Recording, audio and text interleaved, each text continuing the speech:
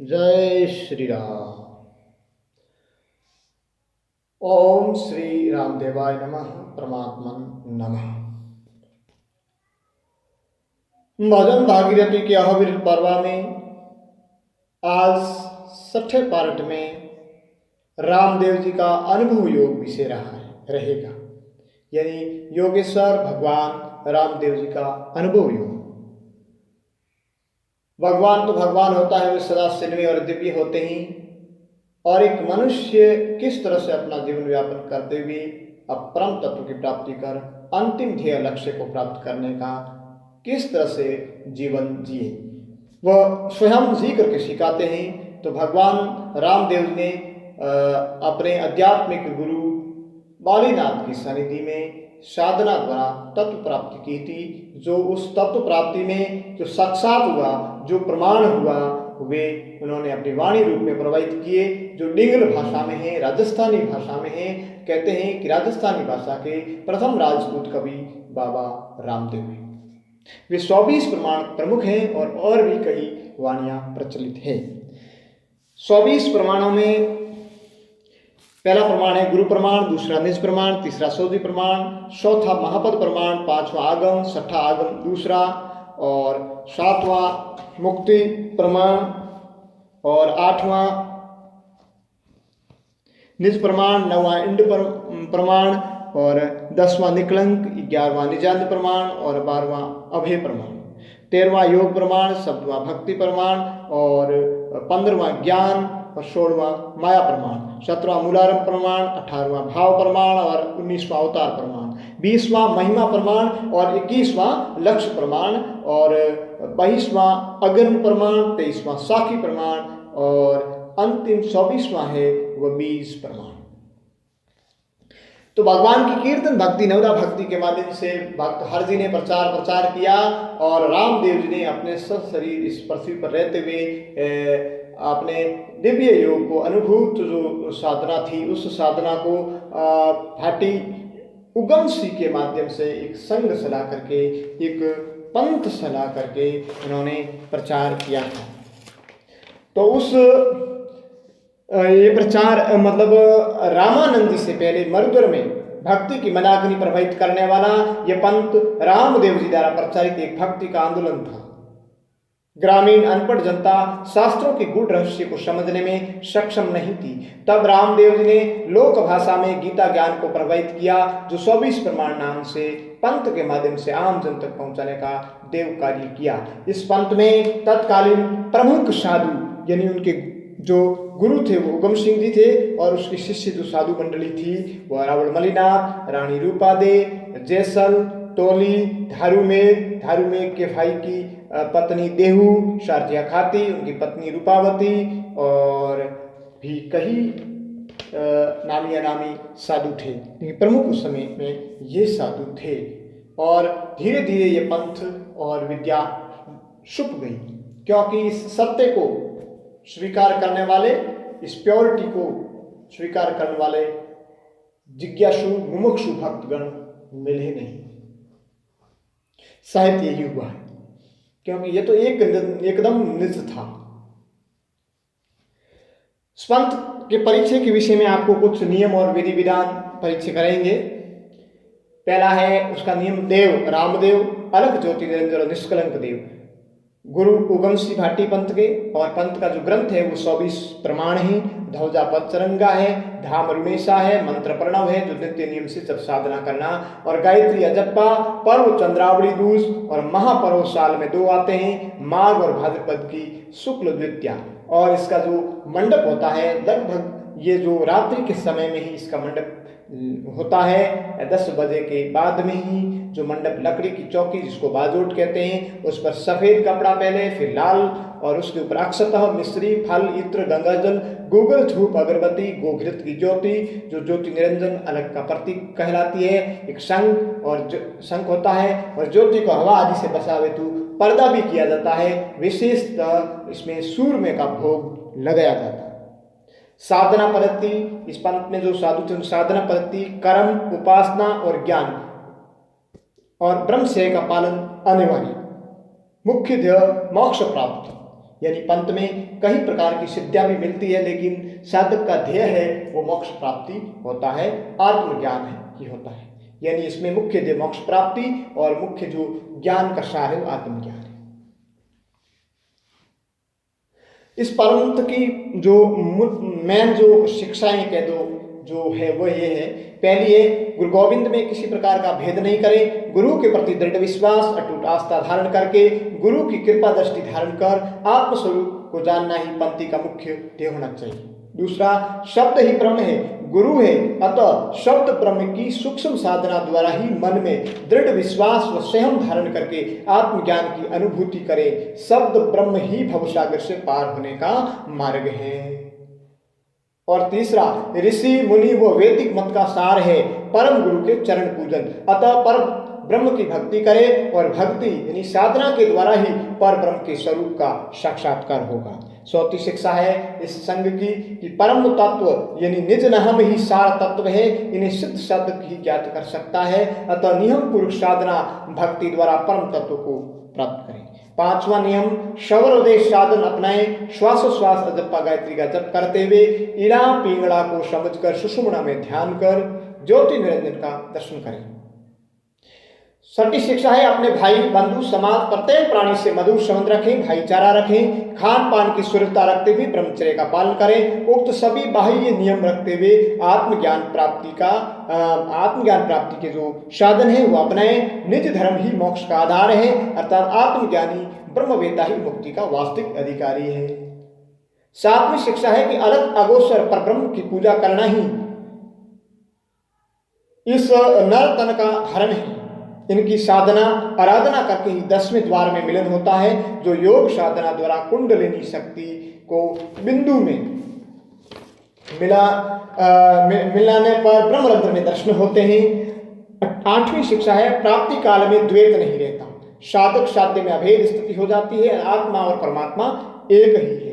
9वीं, बाह्य क्रियाओं और बाह्य स्थान पर परम तत्व की प्राप्ति नहीं हो सकती, उनकी प्राप्ति तो आत्मा अनुभूति काल में सर्व संशय का छेदन होने पर होती है, अर्थात आत्मज्ञान ही पर ब्रह्म प्राप्ति का साधन है। 10वीं शिक्षा है परमात्मा सर्वत्र है, यानी अंदर और बाहर सर्वत्र विद्वान है। साधक की साधना व गुरु की कृपा से निखिल ब्रह्मांड में समाहित पूर्ण परमात्मा का साक्षात्कार होता है। 11वीं, प्रत्येक मानव आनंद स्वरूप सच्चिदानंद रूप है, इनकी पहचान अर्थात आनंद में स्थिति कर्म उपासना एवं ज्ञान द्वारा गुरु कृपा से प्राप्त होती है। सच्चे साधक संत योग साधना द्वारा सिद्धि प्राप्त कर निर्भय पद में प्रतिष्ठित हो जाते हैं, सदा निज आनंद में अलमस्त रहते हैं, सर्व सिद्धि निधि उनकी सेवा में हाजिर रहती है, एक योग सिद्ध साधक के। 13वीं, योग साधना ही परम सुखदायी है, यानी योग साधना में अष्टांग योग है, हठ योग, लय योग, अमनश योग आदि। तो योग के बिना वियोग संभव नहीं है और बिना विरक्ति सुख प्राप्ति असंभव है, यह अनुभव सिद्ध तथ्य है इन संगिष्टों का। शब्दों तन मन और वचन से सदगुरु की सेवा करते हुए गोविंद का गुणगान करें। नवला भक्ति, यानी नवला भक्ति में श्रवण, स्मरण, कीर्तन, पाद सेवन, अर्चन, वंदन, दास्य, सखा और आत्मनिवेदन, ये नवला भक्ति माता है। तो नवला भक्ति का विधान ज्ञात कर भक्ति करने पर त्रयताप यानी संसारिक जो तप है उसका शमन होगा और भगवान के दर्शन लाभ प्राप्त होंगे। गुरु द्वारा अनुभव सिद्ध ज्ञान, ध्यान और जप की विधि जानकर खुद उसकी अनुभूति कर उसे स्व अनुभव का विषय बने। उक्त विधान से भक्ति करने पर अभेद स्थिति प्राप्त हो जाती है, परम तत्व में प्रतिष्ठित हो जाते हैं। 15वां, ज्ञान के बिना मुक्ति असंभव है, अन्य कितने ही उपाय करें अज्ञान का आवरण हटेगा नहीं, केवल ज्ञान से ही अज्ञान आवृत्ति होगा, बाकी सर्व साधन व्यर्थ है। मनुष्य का श्रम लक्ष्य मोक्ष है, जो भक्ति, धर्म और कर्म उपासना इन तीनों से अतीत है, अर्थात इन त्रय साधन पद्धति से मोक्ष प्राप्ति असंभव है, केवल ज्ञान द्वारा ही अव्यय पद की प्राप्ति संभव है। हे भाइयों, साधक मुमुक्षु जीव माया को तुच्छ और त्याज्य समझो, परमात्मा नित्य अटल और अनंत है, इसका अच्छी तरह से साक्ष्य प्राप्त कर लो, अर्थात आत्म साक्षात्कार द्वारा स्त्री गुणात्मक माया का आवरण हटा दो। सप्तमी शिक्षा है कि ब्रह्म एक और अद्वितीय है, जो अपनी मायिक शक्ति से द्वैत रूप में भाषित होता है। इसी ने ही अपनी त्रिगुणात्मक माया से ही सकल सृष्टि का सर्जन किया है। 18वीं शिक्षा है कि सर्व जड़ चेतन में एक ही चैतन्य है, यानी वस्तु और जो प्राणी है उस सब में ही एक ही आत्मा है, अर्थात जगत और जीवन का मूल आधार आत्मा है। अतः सब में समत्व दृष्टि एकात्म भाव के स्वीकार कर द्वैत भाव का परित्याग करो। सदगुरु वचन की पालना करते हुए एकात्म भाव में स्थित हुए, यही मोक्ष का आधार है। अलग अगोचर निष्कलंक देव रामदेव जी कहते हैं कि हे संतों, आत्मज्ञान को मेरा ही स्वरूप जानो। तुम्हारी जीवात्मा मुझसे अभिन्न है। अपने आत्म तत्व का ही विश्वास करो। विश्वास के साथ मुझे अपना ही अवतार मानो। मैं अपने अवतार के रूप में सब में समाविष्ट हूँ, यानी आत्म तत्व के रूप में सब में ही समाविष्ट हूँ। इस सत्यता पर विश्वास करो।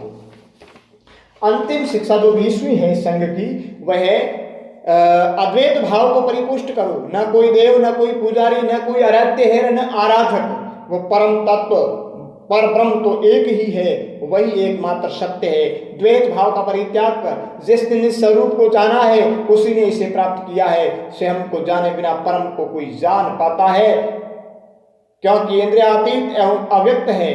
भक्ति, ज्ञान व योग का पंथ दुष्कर है, अतः बहुत सावधानी से चलो। अपनी साल सलन से च्युत मत हो तथा गुरु उपदेश अनुसार आचरण रखो।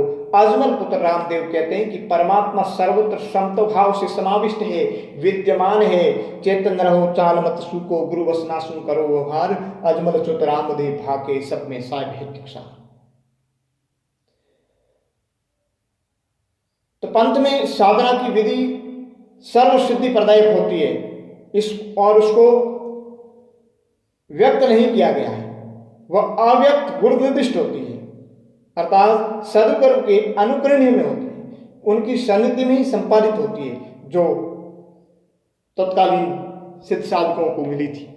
अर्थात इनकी जो साधना की जो विधि है वह अनुकरणीय ही है, केवल पढ़ने कहने या प्रवचन का विषय नहीं है, उसको साधना में उतारने के लिए, इसलिए वो केवल और केवल गुरु के सनिधि में ही होती है। इसीलिए गुरु की परम आवश्यकता बताई गई है इस पंथ में।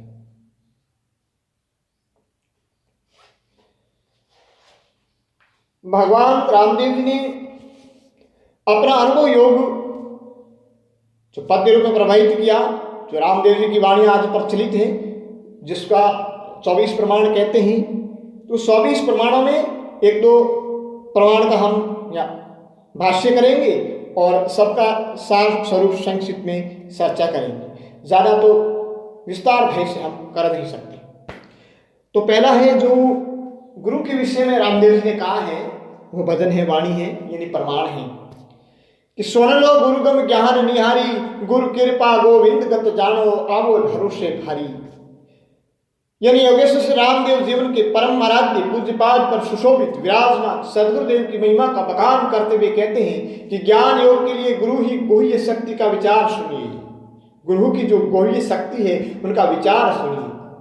गुरु के प्रति दृढ़ विश्वास व अटूट आस्था धारण करके गुरु की दया दृष्टि प्राप्त करो, जिससे परमात्मा का स्वरूप पहचानो। अर्थात गुरु ज्ञान को आत्मसात करना ही गुरुदेव की सच्ची कृपा प्राप्त करना है, जिनके द्वारा आत्मा में परमात्मा स्वरूप का ज्ञान हो जाता है। यह है टेर। अब पहली कड़ी है, ज्ञानी गुरु भवदुख सब मेटे, अज्ञानी आप उलू जावे, मंगता आगे मंगता मांगे, भूलिया और ने भुलावे। यानी समर्थ सदगुरु जो ब्रह्मज्ञानी है, अपने शिष्य को ज्ञान योग द्वारा तत्व प्राप्ति करा देता है। तत्व प्राप्ति होते ही संसार के सर्व दुख कलेशों का शमन हो जाता है तथा असमर्थ अर्थात ब्रह्म ज्ञान से रहित गुरु शिष्य को संसार के माया पास में फंसा देता है। अज्ञानी सदगुरु धारण करने से शिष्य की स्थिति ठीक उसी प्रकार होती है जिस प्रकार एक भिक्षुक अन्य भिक्षुक से याचना कर रहा हो, यानी मंगता आगे मंगता मांगे। जो निरर्थक है, आत्मज्ञान से रहित गुरु स्वयं भी स्थिति च्युत है और अन्य को भी भ्रमित कर निस्तव से दूर करता है। अर्थात यानी रामदेव जी ने आने वाले समय के लिए, आने वाले समय को भांप लिया, तो इसलिए कहा है कि भैया ऐसे गुरुओं से सचेत रहना दूसरी कड़ी में कहते हैं, गुरु बिन ज्ञान ध्यान नहीं पावे, संशय कोण मिटावे, शरणे आयोरी शंका सब मेटे, निर्भय मुक्ति पावे। यानी तत्वज्ञ गुरु के बिना ध्यान ज्ञान और योग की प्राप्ति संभव है। नुगरा अज्ञानी नर संशय युक्त होता है, सदगुरु के बिना संशय कौन मिटा सकता है। अर्थात समर्थ सदगुरु के बिना संशय रहित कोई नहीं कर सकता, क्योंकि सदगुरु के अभाव में ज्ञान प्राप्त नहीं हो सकता, तो ज्ञान के बिना संशय समूल नष्ट नहीं हो सकता। संशय युक्त नर मुक्ति पद से वंचित रह जाता है। इसलिए रामदेव जी कहते हैं कि जो श्रद्धा को सदगुरु की शरण में चला जाता है, सदगुरु के निर्दिष्ट ज्ञान को आत्मसात कर लेता है, तो सदगुरु ज्ञान स्वरूप उनके समस्त संशय नष्ट कर देता है, और संशय नष्ट होने पर वो निर्भय होकर परम पद को प्राप्त होता है। तीसरी कड़ी में वे कहते हैं, कही गुरु ऐसा आरंभ कर, भला ढंग पाखंड चलावे, पैरे भेग भरमरा भंडा, यूं कोई मुक्ति पावे। अर्थात कई गुरु ऐसे भी होते हैं जो गुरु पद के अधिकारी न होने पर भी गुरु का अभिनय करते हुए वे अपने अज्ञान को छिपाने के लिए, अपनी कमियों को ढकने के लिए कई तरह के ढोंग पाखंड चलाते हैं, रचते हैं, दुनिया को ठगते हैं। वे लोग आत्मज्ञान के अभाव में संशय युक्त है और उन्होंने दिखावे के लिए साधु वेश धारण कर रखा है। इस प्रकार के बाह्य आडंबर से कोई भी तत्व प्राप्ति नहीं कर सकता, कोई भी मुक्ति पद को प्राप्त नहीं हो सकता। फिर आगे कहते हैं, भेदी जगो भर में ने कभू, पाखंड नहीं बनावे, वेद शास्त्र पर से करिया बहुरिन पाछो आवे। यानी ब्रह्मवेता सदगुरु कभी भी किसी को भ्रमित नहीं करता, न ही स्वयं भ्रमित होता है, तथा अंतरंग में वेद शास्त्री ज्ञान को प्रकट करने वाला तत्वज्ञ का पुनर्जन्म नहीं होता है। अर्थात आवागमन यानी जन्म मरण के चक्र से रहित होकर परम पद को प्राप्त कर लेता है। पांचवी कड़ी में वे कहते हैं, आपो नहीं खोजे औरों ने, परमोदे भूलियों ने भरमावे, जल डूबे जल के धारा दूनों पेंदे जावे।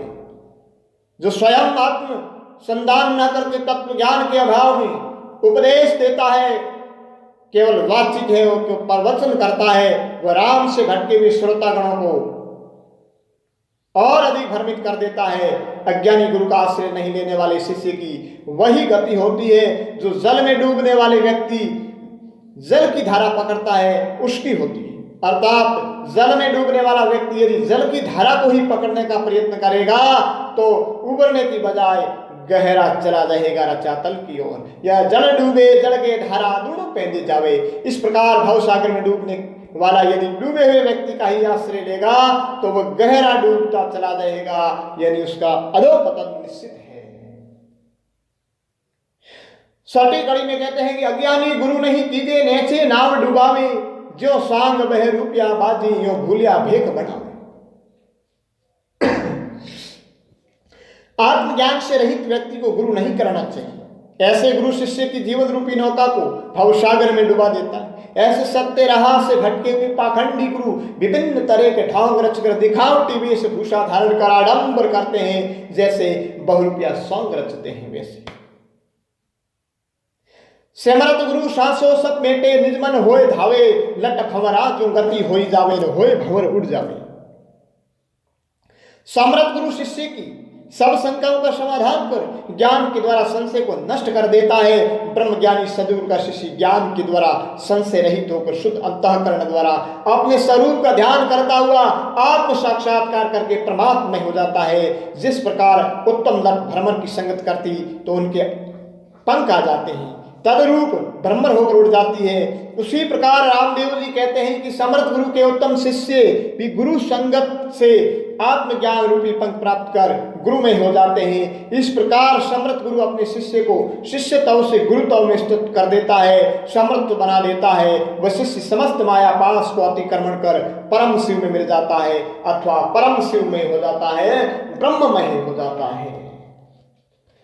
फिर कहते हैं आठवीं कड़ी में, घर घर में चेला कर लेवे, स्वार्थ लोभ लगावे, आशा लागी आसरो बांधे, सादर धोती मंगावे। अज्ञानी व असमर्थ यानी पाखंडी गुरु अपनी स्वार्थ सिद्धि व लोभ लालच के लिए शिष्य बनाते रहते हैं और शिष्यों को की जमाते बढ़ाते रहते हैं। वो शिष्यों को कहते हैं कि तुम मेरे शरणों में सादर, धोती आदि भौतिक द्रव्य उपहार स्वरूप दे, आपका कल्याण हो जाएगा। वे भौतिकता में ही शिष्य को जाकर भटका देती तथा अपनी स्वार्थ पूर्ति की आशा हमेशा बनाए रखती। ऐसे दंभिक, बानाधारी, वाच्यार्थी, जन मंत्रदाता सदगुरु दम्भ रचना करते हैं, भेंट पूजा लाकर उनका दुरुपयोग करते हैं। गुरु गोविंद एक कर जानो शब्दे लोक गुरु सम नाई, गुरु महिमा वर्णी न जावे वेद शास्त्र सब ही गावे। परमात्मा और सदगुरु एक दूसरे के पर्याय हैं। तत्वदर्शी महात्मा और परमात्मा एक दूसरे से अभिन्न है। तत्वदर्शी आत्मा ही परम तत्व है। आत्मा परमात्मा से युक्त होकर परमात्मा है और आत्म साक्षात्कार करने वाला ही इस आविर्भाव को समझ पाता है, क्योंकि ब्रह्मविद ब्रह्मेव भवति। तत्वदर्शी महापुरुष परम तत्व परमात्मा का प्रत्यक्ष दर्शन करने वाले हैं। ऐसे तत्वदर्शी गुरु ही गोविंद के समान हैं। ऐसे तत्वज्ञ सदगुरु की महिमा में समान सौदे लोक में अन्य कोई नहीं है। सभी वेद शास्त्र गुरु महिमा गान करते हैं, फिर भी उसका पूरा वर्णन नहीं हो सकता, क्योंकि सदगुरु अनिर्वचनीय है, यानी वर्णन अतीत है, ये वर्णन का विषय नहीं। बालीनाथ गुरु सैन बताही निज धर्म रे माई, अजमन सुत रामदेव भाके अपने में आप समाई। अजमन सुत रामदेव का कहना है कि मुझे तो मेरे सदगुरु बालीनाथ ने आत्म तत्व प्राप्त करने का संकेत दिया, यानी ब्रह्म तत्व प्राप्त करने का आत्मनुसंधान का मार्गदर्शन दिया, जिससे मैं आत्म साक्षात्कार करके निज स्वरूप अपने आप में समाविष्ट हो गया, आत्म प्राप्ति करके परमात्मा ही हो गया। अर्थात आत्म तत्व अनंत चेतन स्वरूप कहा गया है। उसमें दृश्य सृष्टि दृष्टि एक भी गुण क्रिया आदि मध्य अंत में कथन करना संभव नहीं। तत्व ज्ञान, आत्मबोध और ज्ञान जानने वाला बोध स्वरूप चेतन तत्व दोनों सदा अभिन्न है, सदा एक रस समान है। अतः रामदेव ने गुरु कृपा से तत्व ज्ञान प्राप्त कर एकत्व की स्थिति प्राप्त कर ली थी। कहने का मतलब रामदेव के 24 प्रमाण गीता जी ही है। गीता का ज्ञान और इनका सार एक ही है। वे एक प्रमाण में और कहते हैं कि अमर बजाओ मारे हो रे मंगला सार। ये टेर है इसकी।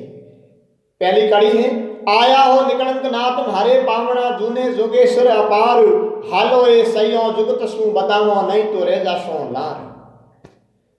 योग अभ्यास पर आध्यात्मिक साधना से इस देह में ही निष्कलंक नाथ परब्रह्म जो अविनाशी, अटल, अविगत, अलख, अजर, अमर और अनादि है, उसको प्राप्त करके साधक की अंतरंग ब्रह्म विषयणी नैष्टिक वृत्ति स्वागत गान कर रही है। जीवात्मा अपनी सखियों को कह रही है कि सखियों आइए, योग अभ्यास यानी युक्ति पूर्वक वंदना करके अपने प्रियतम को प्राप्त कर लें, साक्षात्कार कर लें। यदि युक्ति पूर्वक मिलन का प्रयास नहीं किया तो वंचित रह जाएंगे।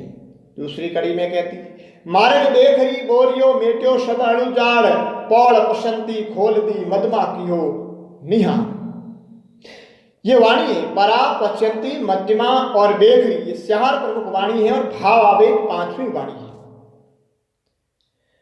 तो शब्द ब्रह्म यानी शब्द की साधना ही साधना है।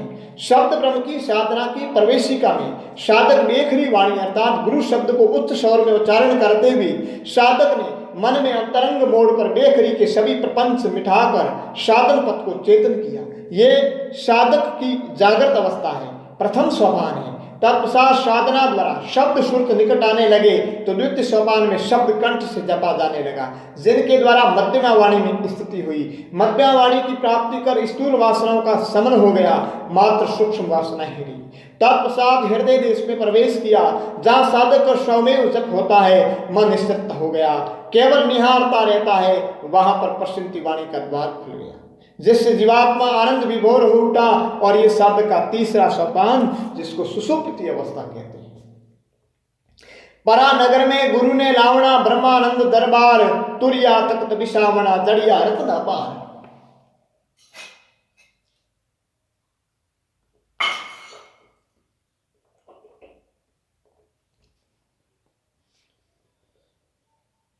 पश्यंती की परिपक्व अवस्था में साधक परावाणी में प्रवेश करता है, जहां शब्द ब्रह्म की साधना स्वतः होती है। साधक का यह चतुर्थ सोपान तुरीयावस्था है, जहां साधक को ब्रह्मानंद की अनुभूति होती है। इस अवस्था में स्वर्ण शिखर में ब्रह्मानंद के दरबार में उपस्थिति हो जाती है। वे आगे कहते हैं 525 दश भेड़ा हुआ हो रही भीड़ अपार, उमंगे सुरत सहलड़ी गज मोत्यों रो भर थाड़। 5 महाभूत 25 प्रकृति और 10 इंद्रियों आदि तत्वों को साधक योग साधना द्वारा यानी सुरत शब्द और मन पवन की एकता द्वारा जीवात्मा ऊर्ध्व गति हो जाती है, अर्थात सर्व बंधन काटकर निस्वरूप को प्राप्त करके पर ब्रह्म का दर्शन कर आनंदित हुई, ज्ञान स्वरूपी रत्न का थाल भरकर शब्द ब्रह्म की वंदना की, यानी आत्मज्ञान के द्वारा परम शिव का मिलन हुआ। वे आगे कहते हैं ढोल बाजे है सैयों ध्यान रो घुड़रिया रंग अपार, संत बधाव घर लाविया मिट गयो भेद विकार। साधक ध्यान प्रारंभ करता है तो ज्यों ज्यों मन अंतर्मुखी होता है तो मस्तिष्क में विभिन्न प्रकार की आवाजें सुनाई देती हैं। ये शरीर में रक्त संचालन आदि की आवाजें होती हैं जो आहत से होती है, टकराट से होती है। ज्ञान की परिपक्व अवस्था में मस्तिष्क में जिसको ब्रह्मांड की संज्ञा दी है, यानी ब्रह्मांड में बिना आहत से आवाज सुनाई देती है। इस तुरीय अवस्था की स्थिति में से अनाथ नाद कहते हैं, ये सौती अवस्था है। इस अनाथ नाद में जीवात्मा मग्न हो गई, जिससे दिव्य आनंद की प्राप्ति हुई, जिससे भेद विकार मिट गया, अर्थात साधक साध्य का भेद मिट गया, जीवात्मा परमात्मा का भेद मिट गया, अद्वैत में स्थिति हो गई। वे आगे कहते हैं कि राम रीत राजी हुआ एक दीट शून्यार, सगड़ा ने आप में भेड़िया ने कोई नहीं राख्या लार। साधक और साध्य की एकतम स्थिति हुई।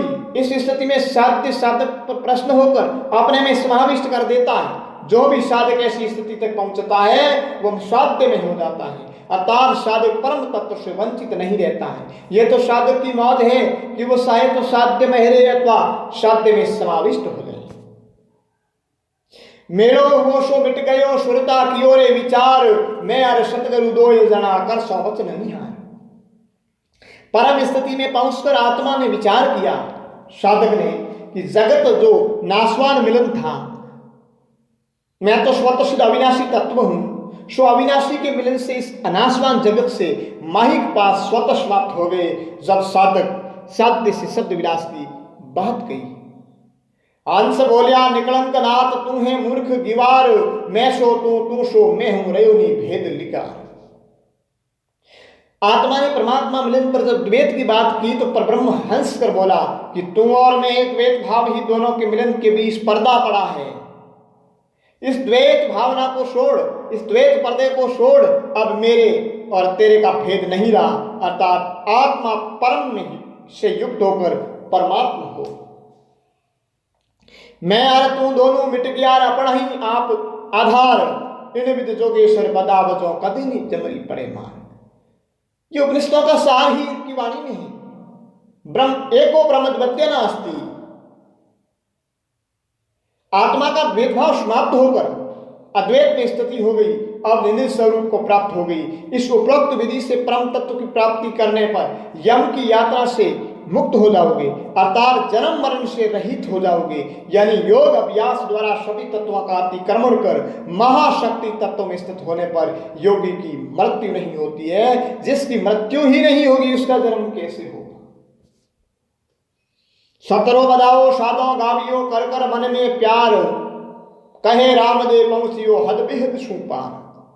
रामदेव जी कहते हैं कि सत्य को स्वागत मन में कर सत्य से अनुराग करते हुए अस्मित सदा में समाहित हो गया। एक और आगे योग के विषय में अपनी अनुभूत वाणी कहते हैं, देखो भाया जोग जुगत सुखदाई, बिना जोग भी जोग न हुई यूं अणबे उपजाई। ये टेर है प्रमाण की। रामदेव अपनी अनुभव सिद्ध बात का कथन करते हुए, अनुभव सिद्ध ज्ञान को वाणी के स्वरूप में बताते हुए कहते हैं कि योग के बिना वियोग संभव नहीं, योग के बिना वियोग नहीं होता, योग के बिना संसारिक विषयों के प्रति विरक्ति असंभव है, तथा वैराग्य के बिना आनंद की प्राप्ति नहीं हो सकती। इसलिए हे भाइयों, योग साधना सुखदायी है, अर्थात रामदेव जी कहते हैं योग सर्वश्रेष्ठ है, तो सभी योगी बनो।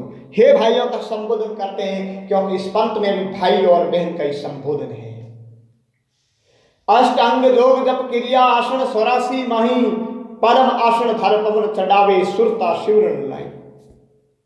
परम आसन सिद्धासन सिंहासन और भद्रासन आदि 84 योगासन तथा यम नियम आसन प्राणायाम प्रत्याहार धारणा ध्यान और समाधि इन अष्ट योग अंगों की साधना करके पूरक, कुंभक और रेचक द्वारा श्वास चढ़ाकर अजप जाप द्वारा जीवात्मा को भजन में लीन करके यम नियम आसन प्राणायाम प्रत्याहार और धारणा नहीं प्रत्याहार, ये 5 योग के बाह्य आसन है। यम 5 है, अहिंसा, सत्य, असत्य, ब्रह्मचर्य और अपरिग्रह। 5 नियम है, शोष, संतोष, तप, स्वाध्याय, ईश्वर प्राणी ध्यान। इससे शारीरिक और मानसिक दोनों प्रकार के अनेक लाभ होते हैं बाह्य योग के अंगों से। और धारणा, ध्यान और समाधि ये 3 योग के अंतरंग अंग है, साधन है। इससे मानसिक और आत्मिक लाभों में अद्वितीय उन्नति होती है। दूसरे में कहते हैं कड़ी में, सहज समाधि समझे गुरु सु दो से समाधि फल पाई, सविकल्प पुरुषार्थ जाने निर्विकल्प निर्भय पाई। सहज समाधि की युक्ति सदगुरु से समझकर साधना द्वारा से समाधि की फल प्राप्ति होती है। फिर सविकल्प समाधि सिद्ध करके गुरु कृपा से निर्विकल्प समाधि की प्राप्ति होती है। केवल्य पद की प्राप्ति निर्भय पद कहते हैं। अर्थात ध्यान ही जब परिपक्व हो जाता है तो ध्यान ही समाधि हो जाता है। देह से भिन्न अपने आन का ज्ञान उसे नहीं सारे जाता है, उस स्थिति का नाम समाधि है।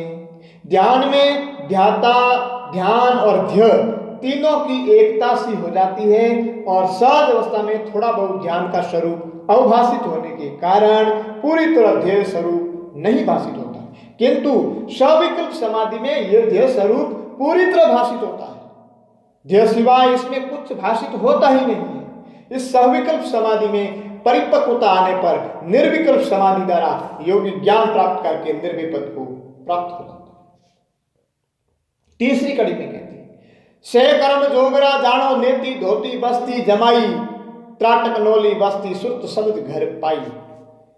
योग साधना के लिए शरीर को तैयार करने के लिए मंजन करना पड़ता है समय समय पर, जिसके विषय में बताया गया है कि धोती, बस्ती, नेति, त्राटक, नोली और कपाल भाती ये सब कर्म भी योग के ही अंग समझो। इनके बिना योग अभ्यास नहीं कर सकते। योग अभ्यास काल में इन वज्रोली क्रियाओं के द्वारा समय समय पर शारीरिक शुद्धि करते हुए समाधि सिद्ध करके परम पद की प्राप्ति करो। चौथी कड़ी में भी कहती है, 10वें पवन पर से कर लेना 10वें बाजा शिखर में पाई, 10वें दरवाजे झिगमिग ज्योति न दर्शिया देव वह माई। योग साधना द्वारा 10वें पवन पर नियंत्रण करके गगन मंडल में 10 तरह की ध्वनि सुनते हुए अनाद नाद सुनिए, कुंडलिनी शक्ति को सोहन शिखर में पहुंचाकर आत्म ज्योति को प्राप्त करो। आत्म ज्योति में ही परमात्मा के दर्शन होंगे। कुंडलिनी शक्ति यानी उस ऊर्जा का नाम है, उस प्राण शक्ति का नाम है जो ऊपर की ओर ऊर्ध्व ले जाने के लिए शिखर में ले जाते हैं। उगाधाम परम पद पायो गुरुगम सुगत पाई, जोग विजोग जद मिलिया त्रिविदिता मिटाई। गुरु के ज्ञान की परम धाम की प्राप्ति हो गई। गुरु के ज्ञान से परम धाम की प्राप्ति हुई। वैराग्य द्वारा परमात्मा की प्राप्ति से 13 ताप नष्ट हो गए। देहिक, देविक और भौतिक तीनों ताप का शमन हो गया। गुरु के ज्ञान के द्वारा विरक्तता पूर्वक साधना द्वारा परम तत्व की प्राप्ति होने पर त्रिताप नष्ट हो गए और केवल पद में स्तुति हो गई। 6 में कहते हैं, मिलिया पियो मगन भई प्यारी, आया भरोसा भारी, सुखमन सैनी जाय निरखिया, मिली पीव सुन प्यारी। सोहन शिखर यानी गगन मंडल में अपनी प्रियतम परमात्मा का मिलन होने से प्रियसी आत्मा को कहा गया यहाँ मस्त हुई। अपने प्रियतम मिलन पर संयोग अवस्था पूर्ण विश्वास हुआ और सुषुम्ना के मार्ग पर दर्शन पर चलकर प्रियसी को योग साधना द्वारा प्रियतम का मिलन हुआ, यानी आत्मा परमात्मा से मिलन हो गई, ब्रह्म से मिलन हुआ। 10वें द्वार फोड़ दंड मेरु अगली भोम हमारी, उल्टा पवन संग चली प्यारी, दर्शिया देव अपारी। मेरुदंड के सहारे ऊपर उठती हुई प्राण शक्ति ने गगन मंडल में 10वें द्वार में प्रवेश कर अपनी स्वयं की धरा सोहन शिखर में पहुंची। प्राणायाम द्वारा पवन चढ़ाया गया। इसी के साथ चलकर प्रेयसी आत्मा अपनी धरा पहुंची, अर्थात प्राणायाम द्वारा परमात्मा का दर्शन हुआ। सहस कमल दल सन्मुख दर्शन रिज रिजावण प्यारी, अनंत नाद अनेकों बाजे भले हुए अब न्यारी। सहस्र दल कमल में अपने प्रियतम परमात्मा को प्रत्यक्ष देखकर प्रियसी यानी आत्मा मस्त हो गई। मिलन के शुभ अवसर पर मंगल वाद्य के रूप में अनाद नाद बजा। ये मिलन सदा रहेगा, नित्य रहे। आत्मा परमात्मा में मिलकर अमर हो गई। अजपा जाप अमर फल पायो, सतगुरु सु गम पाई। आठों जाम एक शर देखो, हमें न धोको काई। सदगुरु के संकेत अनुसार यानी मार्गदर्शन में साधना करने से अजपा जाप शुरू हुआ और निरंतर अजपा की धुन से सुपरिणाम ये हुआ कि मोक्ष रूपी अमर फल की प्राप्ति हो गई। अब निसी दिन अष्टपहर समतों की अनुभूति होती है। सर्व संशय समूल नष्ट हो गई। इन देश ने कोई विरड़ा जाने, अवर बंदे करमरा भारा। कहे रामदेव सुनो भाई साधो, यही देश हमारा। योगेश्वर रामदेव कथन करते हुए कहते हैं, इस अमर लोक में दीवाने देश को कोई युक्त योगी विरले लोग ही जानते हैं। अन्य विश्वासक्त कर्म बंधन में पड़ते हैं। वे आत्मज्ञान के अभाव में ब्रह्मानंद से वंचित रह जाते हैं। ब्रह्मरंध्र यानी अमर लोक ही ब्रह्म यानी परम शिव का घर है, वास्तविक देश है। योगेश्वर रामदेव ने निर्गुण उपासना और सगुण उपासना का सुंदर सामने अपनी अनुभव वाणियों में स्थापित किया है। पूर्वोक्त वाणी में योग साधना का महत्व प्रतिपादित किया है, तो एक अन्य भजन वाणी में यानी प्रमाण में नवदा भक्ति का महत्व बताते हुए कहते हैं कि भक्ति करे जोरो भव दुख भागे, जो कोई करतब जाने। नवदा भक्ति निरंजन दर्शन परशु पांचों पर से आने। रामदेव नवदा भक्ति के माध्यम से परमात्मा प्राप्ति की युक्ति बताते हुए कहते हैं कि यदि कोई भक्ति का विधान समझकर भक्ति करेगा तो उनके संसारिक दुख दूर हो जाएंगे। षड विकार कौन से? काम, क्रोध, लोभ, मद, मोह और मत्सर। तो षड विकार रहित होकर जितेंद्रिय बनकर, जितेंद्रिय मतलब इंद्रियों को जीतना। दो प्रकार की इंद्रियां होती है, 5 ज्ञानेंद्रियां और 5 कर्मेंद्रियां। ये दोनों पर मिलकर के 10 होती है। बन करके नवधा भक्ति करने से भगवान के दर्शन होते हैं। तो जितेंद्रिय बन करके नवदा भक्ति करने से, नवदा भक्ति कौन सी? श्रवण, स्मरण, कीर्तन, पद सेवन, अर्चन, वंदन, दास्य, सखा और आत्मनिवेदन। योगेश्वर ने अपने अनुभव के माध्यम से ज्ञान, भक्ति और कर्म की त्रिवेणी प्रवाहित की। विज्ञान का महत्व प्रतिपादित करते हुए एक पद में कहते हैं, नीति अनीति सही कर समझे, माया वर्म पिछाणे। सृष्टि मुष्टि दोनों सुदूरा, इणविद अनुभव आने। रामदेव कहते हैं कि ज्ञान योग द्वारा नीति और अनीति का भेद करके नीति को अपनाओ, माया और ब्रह्म का भेद पहचानो, ब्रह्मात्म को प्राप्त करो। माया से युक्त होकर पिंड और ब्रह्मांड दोनों से अलग होकर अपने आत्म स्वरूप की अनुभूति करें, निस्वरूप में स्थित हो जाए। वे माया को महादुखदायी कहते हुए कथन करते हैं, जगत कर्म कोई करके देखो, दूना संकट पाया। अंत समय को रीतो जावे, ऐसी दुष्टन माया। संसारी कर्म चाहे कैसा भी करके देख लो, उसमें संकट ही संकट है। कोई भी कर्म सुखदायी नहीं है। बहुत कुछ करने के बाद भी प्राणी अंतकाल में खाली हाथ जाता है, यानी रीते हाथ ही जाता है। ऐसी दुष्ट है ये माया। अतः इसलिए वे त्रिगुणात्मक माया को आत्मज्ञान द्वारा मिटाने का संकेत करती है। अजमल सुत रामदेव दाखे मेटो त्रिगुण माया। रज, सत और तम की जो तीनों गुणों की माया है उसको मेटने के लिए वे अपने अनुभव पद में कहते हैं कि अपने हृदय में आत्मभाव जगाओ, इसी से ब्रह्म दर्शन होंगे। इस संसारिक माया से छुटकारा मिलेगा तो मनवांछित फल की प्राप्ति होगी। मनवांछित फल कौन सा? परम पद की। अपने भाव सु चेतन दर से ऐसा भाव लगाओ, अपने भाव सु माया दर से जैसा मन फल पाओ। वे अपने भक्तों को संबोधित करते हुए कहते हैं कि मैं आपके निकटतम हूँ, मैं हूँ नेड़े सु नेड़ो। पर अज्ञानी लोग मुझे दूर दूर जानकर कष्ट पाते हैं। दूर जाने जाने दुर्मत कहिए, पावे कष्ट घने रो रे संतों में हूं नेड़े सु। वे कहते हैं कि 5 ज्ञानेंद्रियां और 3 गुण मेरा रहस्य नहीं जानते, भेद नहीं जानते, तथा मंद बुद्धि चित्त अहंकार ये सारा अंतःकरण के अंतःकरण भी मेरे स्वरूप को नहीं जानते, जबकि इन सभी के साथ रहता हूं। परंतु अज्ञानता बस के मुझे समझते नहीं है। मुझ अर्थात आत्मस्वरूप प्राप्ति वाले सभी महापुरुष एकत्व स्थिति में हैं। आत्मा सर्वत्र समान है। जिन्होंने निस्तत्व आत्मस्वरूप को जान लिया है वह मैं सब में समावित परम तत्व है। इसलिए पूर्णत्व में स्थित रामदेव कहते हैं कि मैं आप सु अलग नहीं हूं। मैं अर्थात आत्म तत्व अहम ब्रह्म अस्मि महावाक्य का आत्मसात है। सही कर जानो साधो थारो चेतन नहीं मासू न्यारो कहवे रामदे सुनो भाई साधो निज अवतार पति हो। हे सत्पुरुषों, हे भक्तों, हे भाइयों, अपने आत्म स्वरूप को ही मेरा स्वरूप जानो, मुझे विश्वास पूर्वक अपना ही अवतार मानो। मैं अपने अवतार के रूप में सब में समाविष्ट हूँ, यानी आत्म तत्व रूप में सब में समाविष्ट हूँ। एको ब्रह्म द्वितीय नास्ति, इसलिए इस सत्यता पर विश्वास करो। वे कहते हैं कि वह अपने प्रकाश से ही प्रकाशित होता है, वो चंद्रमा और सूर्य के बिना चमकता है, वो किसी से भी दूर नहीं है, वो सबसे निकटतम है। अध्यात्म साधना द्वारा जो अनाथनाद सुनाई देता है वह अपने आप में परिपूर्ण हो जाता है, ब्रह्म रही। संदान शूरा सेद नूरा निकट निकटा नहीं दूरा सहज बाजा आनंद टूरा अपने में आप पूर्ण पूरा। रामदेव जी भेदभाव का परित्याग करने की बात कहते हैं स्वयं ही देव है और स्वयं ही पुजारी है। आप ही देव ने, आप ही पुजारी।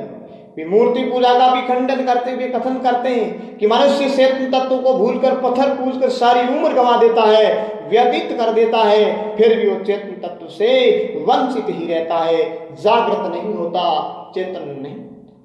चेतन देव भूल गया अपना पत्थरों सिर पर साया, पूजत पत्थर उम्र सब खोई सपने अकल नहीं आया। इस प्रकार रामदेव ने अपनी अनुभववाणी से अपने अनुभूत ज्ञान को प्रभावित किया। उस आत्मज्ञान को लोग छोड़कर केवल और केवल भौतिक सुख सुविधाओं के लिए रामदेव जी को एक देव, एक पीर के रूप में पूजने लगे, और ये पूजा अपूर्ण है, अधूरी है। क्योंकि पूर्ण पूजा तो वो होगी जब तत्व रूप से रामदेव को समझना है, और वो समझोगे तब पूर्ण होगा। तो तत्व रूप से समझने के लिए आपको योग अभ्यास करना पड़ेगा, और योग अभ्यास द्वारा ही निज रूप में प्राप्त करोगे रामदेव जी को, क्योंकि वो सबका आत्म रूप है। इस आत्म पूजा से ही रामदेव पूर्ण रूप से प्रसन्न होकर पूर्णत्व में स्थित करने की पूर्ण कृपा करेंगे, और रामदेव पद की प्राप्ति हो जाएगी, आत्म पद की प्राप्ति हो जाएगी, ब्रह्म पद की प्राप्ति हो जाएगी।